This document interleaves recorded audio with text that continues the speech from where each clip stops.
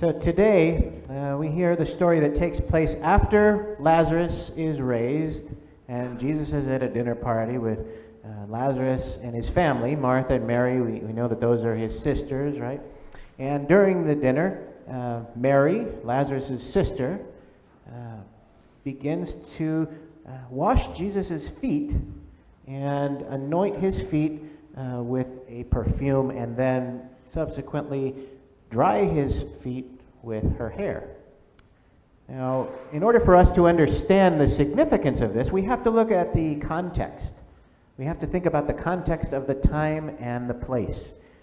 Because today, even though there are some people who are not really fond of feet are, for the most part, pretty clean these days, right? We have good hygiene. Well, we hope, right?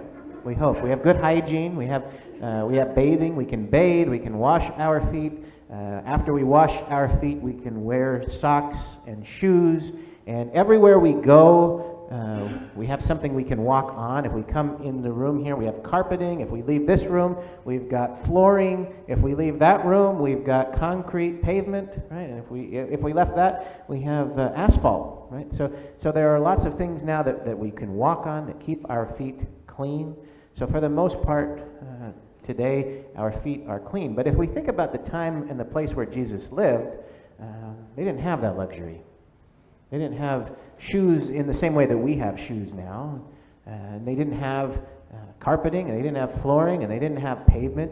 Everywhere they walked, even inside their own home, was covered in dirt. So first of all, we were walking around in a lot of dirt. And then we know from the gospel stories that there were animals, right? So animals leave some things behind that are not so pleasant. And how many of us have been to a city that at one time was occupied by the Roman Empire? And those are all over the world, all over that part of the country. So places like Paris, Rome, London, lots of other places, right?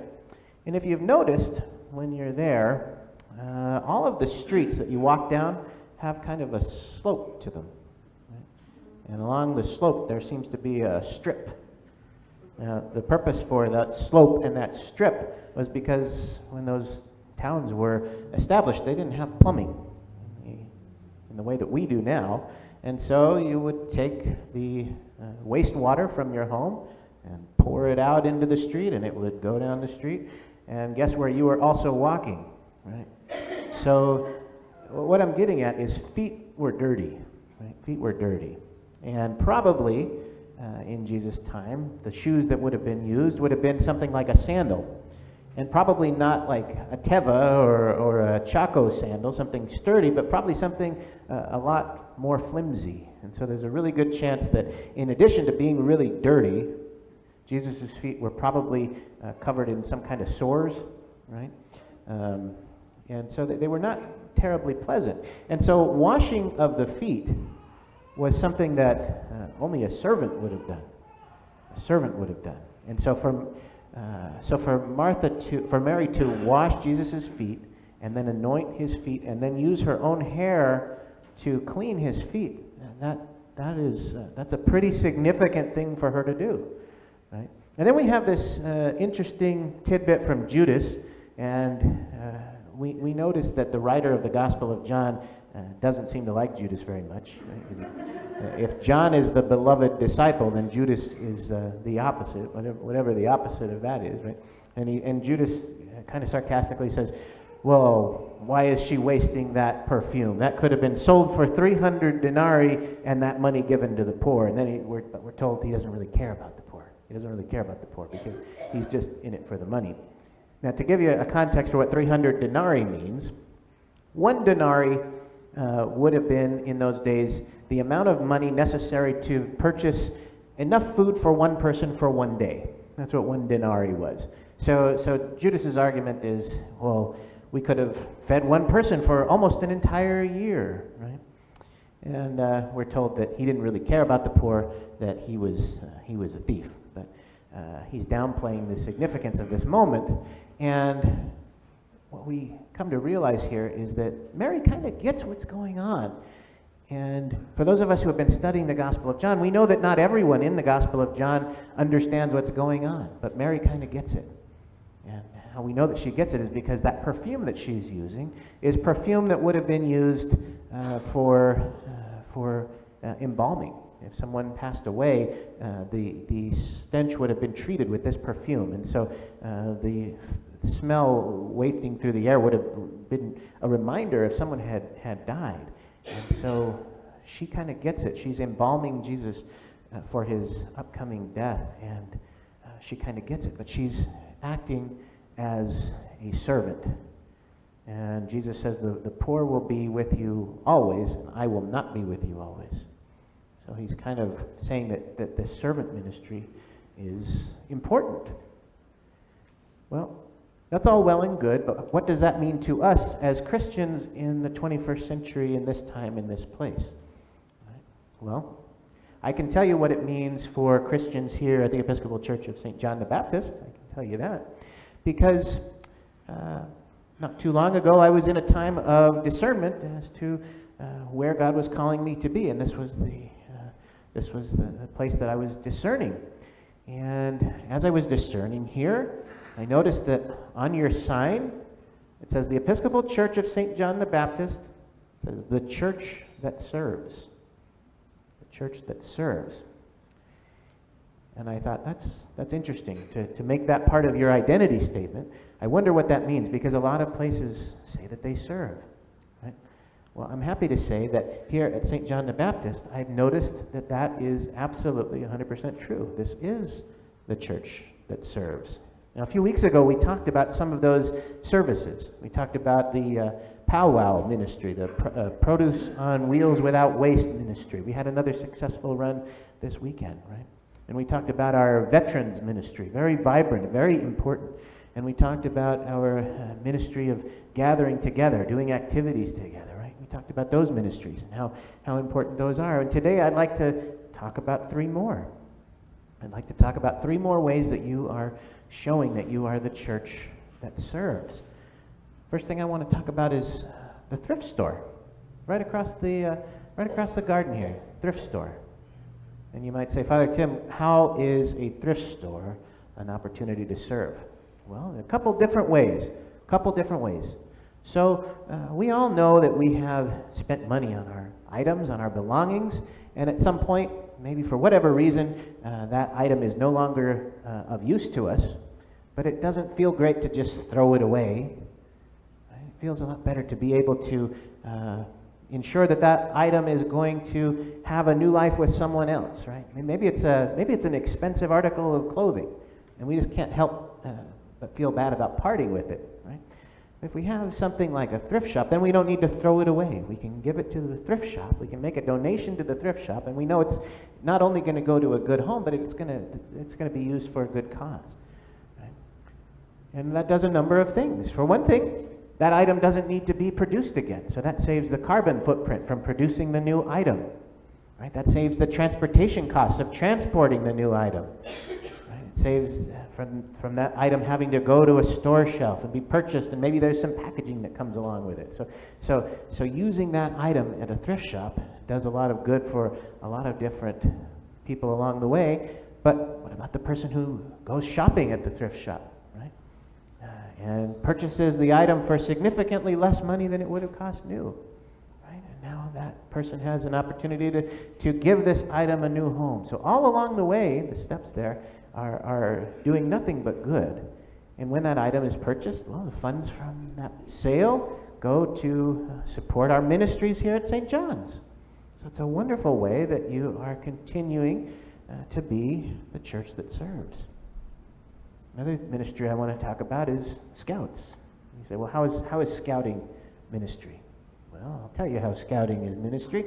You are offering your space, your worship space, to the use of lots and lots of young people. You've got boys and girls who come here and gather in your space once a week. Every Monday night, the Scouts come and they gather here. How is that service? Well, first of all, they understand the sanctity of this place. I've been here on a Monday night. If you have the opportunity, I recommend stopping by to see it, because it's awfully wonderful to see these young people learning respect for the sacredness of this space. So not only do they learn the sacredness of this space, they become familiar with this space. And if there happen to be some of us who are here on campus while they are here, we have an opportunity to interact with them, right? And maybe, at some point, maybe when those young people are searching for a church home, maybe they'll remember, those people at St. John's, they were awfully nice. They were awfully nice to me. I want to go back there. Maybe they'll tell their parents, hey, we should go to St. John's. It's a wonderful place. I have a lot of fun there. So not only are we providing a space for these young people to learn and to grow and to have fun experiences, we're also welcoming them into this space and helping them to become familiar with this space. And they may not have otherwise done so. A wonderful way that you are being of service to people in the community. The third ministry I want to talk about is one that takes place 3 days a week. 3 days a week in the church office. And you probably have seen the signs for the food pantry. The food pantry. And that is a wonderful ministry that I see so many of you participating in, whether it's through financial donations or food donations. We have bins at the front of the church there. And I've seen you support this ministry that is such a wonderful ministry. You say, well, how is this a servant ministry? Well, who can access the food ministry, the food pantry? And the answer is anyone. Anyone who needs a little extra food can come by 3 days a week, Tuesday, Wednesday, Thursday, and walk in and say, I'd like a little assistance with some food. And those people are treated with respect and with dignity, and within reason, if it's something that we have, they're offered to take home something that they get to choose. How many places give people the opportunity to choose what kind of food they're going to take?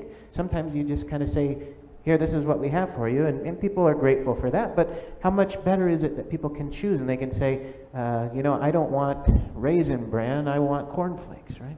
There's some choices there. There's some choices. People are treated with dignity and respect. A couple of days ago, 2 gentlemen stopped by, and I wanted to see this food ministry in action. And so I went in and sat with these gentlemen while they were being assisted, and they were asked the question, well, what would you like? And they said, we're just trying to feed our kids. Anything you've got is great. So first of all, they were grateful to even have the opportunity.